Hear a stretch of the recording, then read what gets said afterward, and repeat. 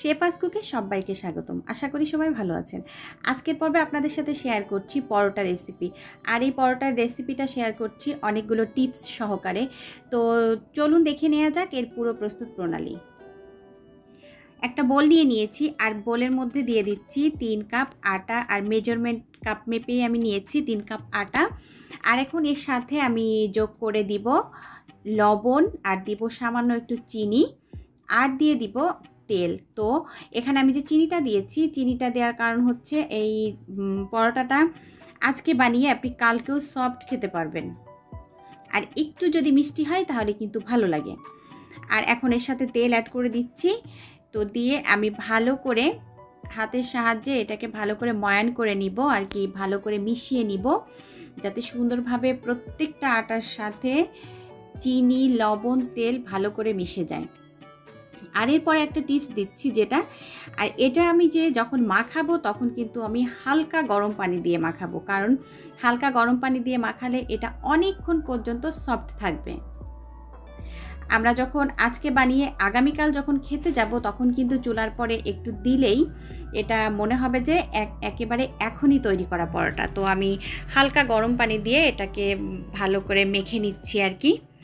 তো পানির পরিমাপটা আমি বলছি না, কারণ এখানে যতটুকু লাগবে ততটুকুই দিব, আর একটু আমি দেখে দেখে দিচ্ছি আর কি। আর এই ডোটা হবে কিন্তু একটু নরম, কারণ হার্ডি ডো দিয়ে কিন্তু পরোটা ভালো হবে না, ওই জন্য একটু নরম ডো তৈরি করতে হবে।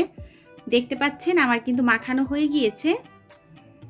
এই পর্যায়ে আমি আর একটু তেল দিয়ে দিলাম। তেল দিয়ে এখন আমি একটু এটাকে ঢেকে রেখে দিব আধা ঘন্টার জন্য। আপনারা চাইলে আরও বেশি সময় রাখতে পারেন বা আর একটু কম সময়ও রাখতে পারেন।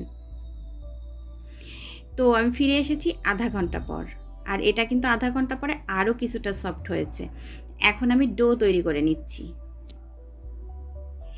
এখানে আমি 10টি করেছি আর কি, আপনারা চাইলে কিন্তু আর একটু কমও করতে পারেন, আবার একটু বেশিও করতে পারেন। তো আমি ডোগুলো তৈরি করে নিয়েছি, আর সময় শর্টকাটের জন্য আর কি এত কিছু দেখাইনি। তো এখন আমি পরোটাটা তৈরি করে নিব, সেজন্য আমি আটাটাকে আরেকটু মাখিয়ে নিয়েছি। তো আমি এখন আটা দিয়েই কিন্তু এটা বেলে নিব। আপনারা চাইলে কিন্তু এই পর্যায়ে তেল দিয়ে বেলতে পারেন। তো আসলে আমি তেল দেইনি, যেহেতু ভিতরে তেল দিয়েছি ওই জন্য এখন আর আমি তেল দিচ্ছি না। তো এখন আমি রুটিটাকে বানিয়ে নিচ্ছি। আর এই রুটিটা কিন্তু গোলই হতে হবে এমন কিন্তু নয়, এটা কিন্তু বাঁকাবুকো যাই হোক না কেন কোনো সমস্যা নেই।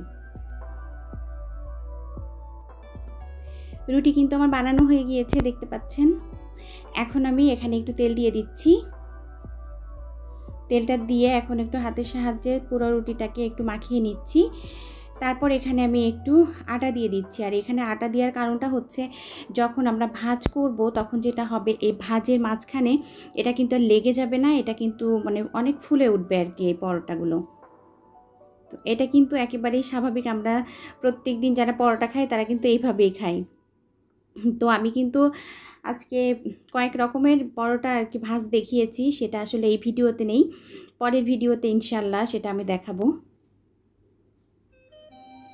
তো এই যে হয়ে গিয়েছে, এখন আমি এইভাবে সবগুলো করে নিব, কারণ আমি পরোটা বানানোর আগে যেটা করি, আমি একবারে কয়েকটি রুটি বানিয়ে নেই, 4টা রুটি বানিয়ে নেই, তারপরে নিয়ে আমি তেল দিয়ে এইভাবে চারকোনা চারকোনা করে রাখি, তাহলে ভাজার সময় যেটা হয় আমি বেলেই ভাজতে পারি। তো আমি কিন্তু করে নিয়েছি, এখন আমি বেলে নিচ্ছি আর কি, একটা আপনাদেরকে দেখিয়ে দিচ্ছি। আর এখানে আমি কয়েক রকম করেছি, তো সেটা আসলে আমি এই ভিডিওতে দেখাচ্ছি না, কারণ দেখালে অনেকটা বড় হয়ে যাবে আর কি। তো আমি এখন পরোটাটা বেলে নিচ্ছি, আর আমি এখানে কিন্তু আটা দিয়ে বেলছি। আপনারা চাইলে কিন্তু এই পর্যায়ে আটা না দিয়ে এখানে কিন্তু তেল দিয়েও বেলতে পারেন। তো আমি আসলে তেল দিচ্ছি না, যেহেতু বাসায় খাবো এত তেল, ভিতরেও তেল দিয়েছি, আবার যখন মাখিয়েছি তখনও দিয়েছি, ওই জন্য আমি এখন তেলটা দিচ্ছি না। এখন আমি একটু আটা দিয়ে মাখিয়ে নিচ্ছি। আর এখানে 4 কোনা করতে চাইলে কিন্তু এভাবে একটু ঘুরিয়ে ঘুরিয়ে আর কি করে নেবেন। তো এখন ভাজতে চলে এসেছি, তাও বসিয়ে দিয়েছি, গরম হয়ে গিয়েছে। এই পর্যায়ে আমি পরোটাটা দিয়ে দিচ্ছি। তো এখন এক পাশ হওয়া পর্যন্ত অপেক্ষা করছি। এই যে এক পাশ হয়ে গিয়েছে, তখন কিন্তু আপনারা বুঝতে পারবেন যে ওই পাশ অপর পাশে কিন্তু একটা ফুলকো ফুলকো ভাব চলে আসে। এখন আমি আবারও উল্টে দিচ্ছি। আর এখানে আমি যেটা করছি, আপনারা যদি একটু কড়া ভাজি দেন তাহলে কিন্তু চুলার আঁচটা আরেকটু বাড়িয়ে দিবেন। আর যদি আমার মতো এরকম রাখতে চান তাহলে কিন্তু আঁচটা কমিয়ে রাখবেন। তো পরোটাগুলো কিন্তু খুবই সুন্দর হয়েছিল, আপনাদেরকে কি বলবো আমি, মানে আসলে বলার মতো না, যতটা সফট। আর আমি কিন্তু এটা সব সময় এভাবেই করি বাসায়, সেটাই আমি আপনাদের সাথে শেয়ার করেছি। আমি এখন একটু একটু তেল দিয়ে ভেজে নিচ্ছি। আর এখানে হচ্ছে আপনারা যে যতটা তেল দিতে চান, আমি কিন্তু বেশি তেল দিচ্ছি না। তো আমার কিন্তু এটা হয়ে গিয়েছে, আমি এখন তুলে নিচ্ছি।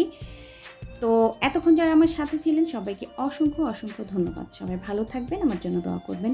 আমিও আপনাদের জন্য দোয়া করি। আপনারা ভালো থাকুন, সুস্থ থাকুন। আগামী পর্ব দেখার আমন্ত্রণ জানিয়ে আজকের মতো আমি শেফা বিদায় নিচ্ছি। আল্লাহ হাফিজ। আসসালামু আলাইকুম।